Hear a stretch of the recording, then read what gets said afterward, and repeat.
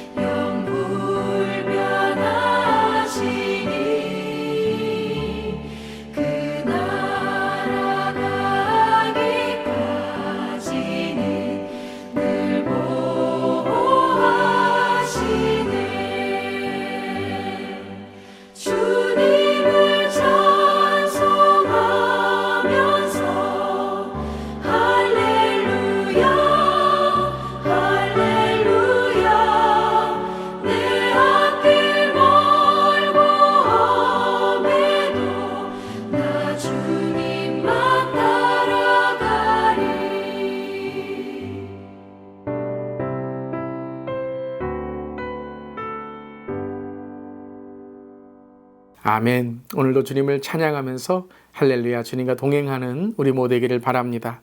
오늘 매일 큐티 말씀은 요한계시록 8장 1절부터 13절까지의 말씀, 하나님의 말씀 함께 나눕니다. 일곱째 인을 떼실 때에 하늘이 반 시간쯤 고요하더니 내가 보매 하나님 앞에 일곱 천사가 서 있어 일곱 나팔을 받았더라. 또 다른 천사가 와서 제단 곁에 서서 금 향로를 가지고 많은 향을 받았으니 이는 모든 성도의 기도와 합하여 보좌 금 제단에 드리고자 함이라. 향연이 성도의 기도와 함께 천사의 손으로부터 하나님 앞으로 올라가는지라. 천사가 향로를 가지고 제단에 불을 담아다가 땅에 쏟음에 우레와 음성과 번개와 지진이 나더라. 7 나팔을 가진 7 천사가 나팔 불기를 준비하더라. 첫째 천사가 나팔을 부니 피 섞인 우박과 불이 나와서 땅에 쏟아지매 땅의 3분의 1이 다 타버리고 수목의 3분의 1도 다 타버리고 각종 푸른 풀도 타버렸더라. 둘째 천사가 나팔을 부니 불 붙는 큰 상과 같은 것이 바다에 던져짐에 바다의 3분의 1이 피가 되고 바다 가운데 생명 가진 피조물의 3분의 1이 죽고 배들의 3분의 1이 깨지더라. 셋째 천사가 나팔을 부니 횃불같이 타는 큰 별이 하늘에서 떨어져 강들의 3분의 1과 여러 물샘에 떨어지니 이 별 이름은 쓴쑥이라. 물의 3분의 1이 쓴쑥이 되매 그 물이 쓴 물이 되므로 많은 사람이 죽더라. 넷째 천사가 나팔을 부니 해 3분의 1과 달 3분의 1과 별들의 3분의 1이 타격을 받아 그 3분의 1이 어두워지니 낮 3분의 1은 비추임이 없고 밤도 그러하더라. 내가 또 보고 들으니 공중에 날아가는 독수리가 큰 소리로 이르되 땅에 사는 자들에게 화가 있으리니 이는 새 천사들이 불어야 할 나팔 소리가 남아 있음이로라 하더라. 아멘. 하나님의 말씀입니다. 하나님 말씀에 감사합니다. 계속해서 요한계시록 말씀을 묵상하고 있습니다. 특별히 2024년도에 마지막 달을 맞이하면서 우리 요한계시록의 말씀이 우리에게 또한 영적인 깨달음을 갖게 합니다. 요한계시록을 해석하는 성경적인 신학자들과 주석들을 참고해 볼 때 성경적으로 통독 묵상하는 마지막 때 요한계시록의 깨달음들이 있는 것이죠. 그 요한계시록의 중심에는 각각 7 부분으로 구성된 3 종류의 심판이 있습니다. 7 인, 7 나팔, 7 대접에 대한 심판에 대한 말씀인 것이죠.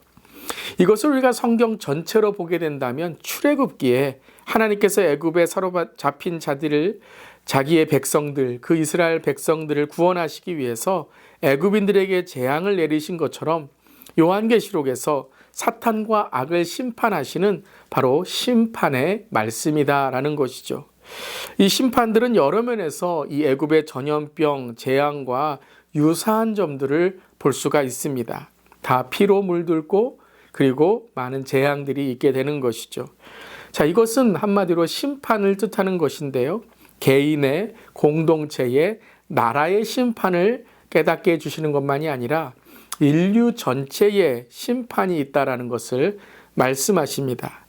자, 그런데 그 또한 우리에게 주는 또 하나의 핵심이 있죠. 심판 가운데 하나님은 끝까지 하나님의 백성, 그리스도의 신부, 성령 충만한 성도들을 품으시고 지켜주시고 인도하시는 하나님의 긍휼과 은혜를 베풀어 주신다라는 것입니다. 그래서 요한계시록을 통해서 우리는 심판 가운데 함께 하시는 하나님의 이 은혜와 긍휼을 바라보는 하나님의 백성됨을 위해 기도해야 될 것입니다. 자, 1절의 말씀에 이렇게 오늘 8장이 시작하죠. 7째 인을 떼실 때에 하늘이 반 시간쯤 고요하더니, 자, 처음인이 뗀 이후에 6장에 처음인이 떼게 되죠. 그 7째 인을 이제 떼십니다. 자, 이 인은 자동적으로 떼어지는 것이 아니라 오늘 의도적으로 7째 인을 떼실 때에 라고 말씀하시면 누군가 이 인을 떼는 것을 볼 수가 있죠. 자, 이분이 누구이십니까? 그렇습니다. 7 인을 떼시기에 합당하신 어린 양 예수 그리스도이신 것이죠. 그래서 인을 뗄 때마다 인이 어떤 상징적인 의미가 있는가, 그거보다 더 중요한 것은 누가 이 인을 떼시는가라는 것입니다. 즉 모든 심판의 주님은 우리 주 예수 그리스도이시다라는 것입니다. 믿으십니까? 아멘. 그렇기 때문에 이 인이 떼어질 때마다 바로 심판과 정죄에 구원받을 수 있는 바로 그 구원은 오직 그 인을 떼시는 분 안에 있다라는 것을 선포하는 거죠. 오직 예수님만이 우리의 구원의 주님이시다라는 것입니다.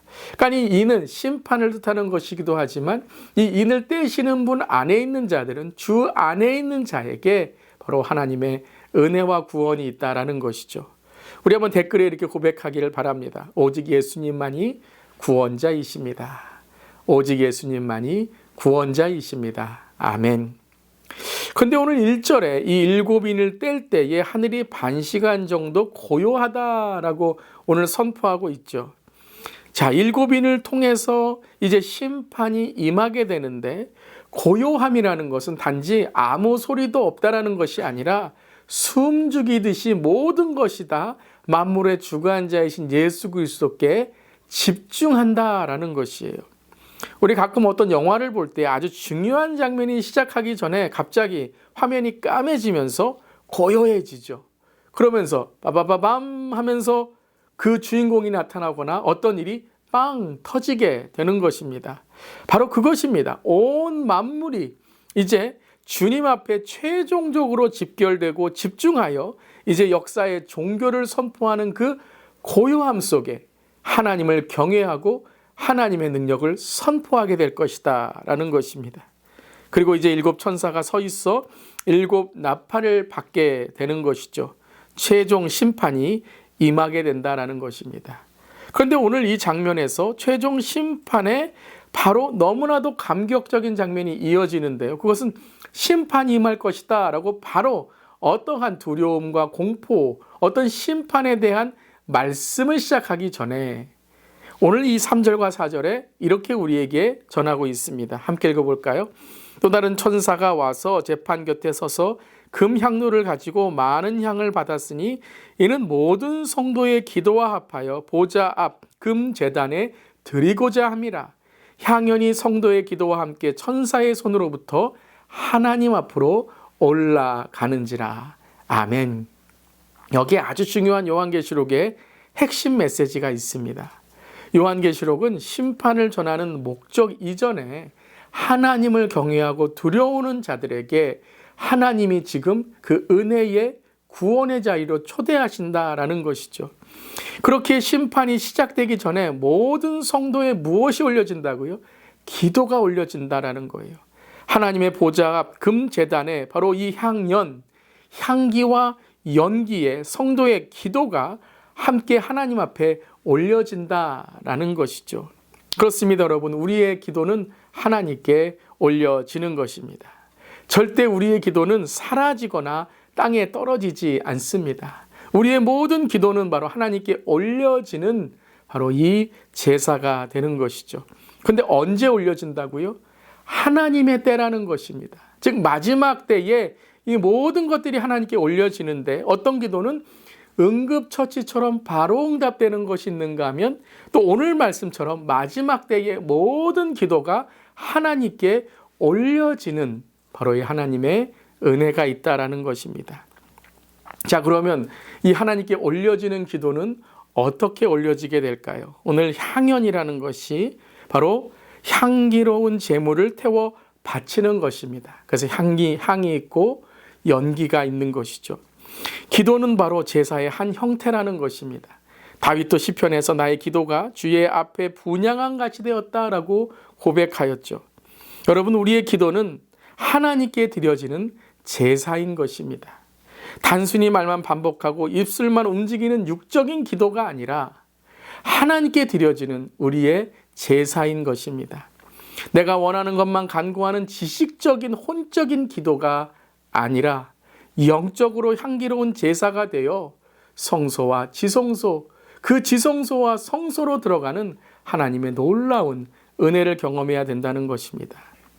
가끔 우리가 기도할 때에 참 많은 우리 교회 리더, 성도들 그 기도 하나하나가 정말 영적으로 열어지지 않을 때 얼마나 안타까운지 모릅니다. 우리의 기도가 영적으로 열어진다는 것이 무엇입니까? 바로 기도의 제사를 드려야 된다는 것입니다. 성막에서 나를 태워서 또한 물두멍에서 내 손을 씻어 정결하게 되므로 하나님의 그 성소로 지성소로 나아가는 기도가 되어야 된다는 것입니다. 영적인 기도가 열리시기를, 그 영의 기도가 열리시기를 주님의 이름으로 축복합니다. 특별히 우리 교회의 리더들의 기도가 먼저 향연이 되어서 제사가 되어서 금양로의 기도로 하나님께 올려질 수 있기를 바랍니다. 여러분, 기도를 헛되이 하지 마시길 바랍니다. 그냥 허투루 우리의 입술만 그냥 반복하는 기도, 여러분, 하나님이 기뻐하시지 않습니다. 정말 내 자신을 드리는 기도로, 내 모든 것을 드리는 기도로 주 앞에 향로로 올려질 때에 오늘 5절부터는 그 향로가 이 땅에 쏟아짐으로 최종 심판이 되었다라고 말씀하시는 거죠.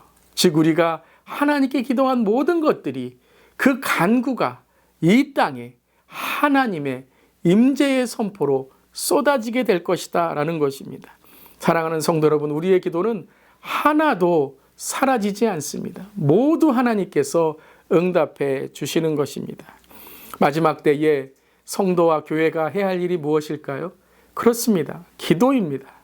마지막 때에 목회자와 교회 리더들이 해야 될 일이 무엇일까요? 기도입니다. 올 한 해 유종의 미를 거두는 아름다운 신앙은 무엇일까요? 기도입니다. 어려울 때, 고난이 있을 때 우리가 해야 될 일이 무엇입니까? 기도입니다. 기도만이 살 길입니다. 오늘도 기도의 호흡으로, 기도의 그 살 길로 나아가는 우리 모두 되기를 주님의 이름으로 축복합니다. 아멘. 오늘 두 가지의 기도 제목입니다. 이 시간 영의 기도가 열려 금향로의 기도, 성도로 하나님께 올려지게 하옵소서. 두 번째, 지금 이 고요한 시간에 하나님을 경외하는 마음이 회복되어 주님의 심판대 앞에 서야 하는 우리의 삶을 회개하게 하옵소서. 아멘. 함께 기도하는 오늘 되기를 바랍니다. 기도하시겠습니다. 하나님의 구원의 역사에 우리의 기도를 들어주시니 감사드립니다. 기도가 성도의 놀라운 특권만이 아니라 책임임을 오늘 깨닫게 됩니다. 세상의 모든 나라와 민족들을 위해 기도하게 하시고, 특별히 마지막 때에 우리 성도들이 더욱더 깨어 주님께 기도하고 영적으로 날마다 영이 열리는 기도로 주 앞에 나가게 하여 주시옵소서. 주님 감사드리며 예수님의 이름으로 기도드리옵나이다. 아멘. 오늘도 기도하는 우리의 삶, 기도로 살아가는 우리 모두 되기를 바랍니다. 아멘.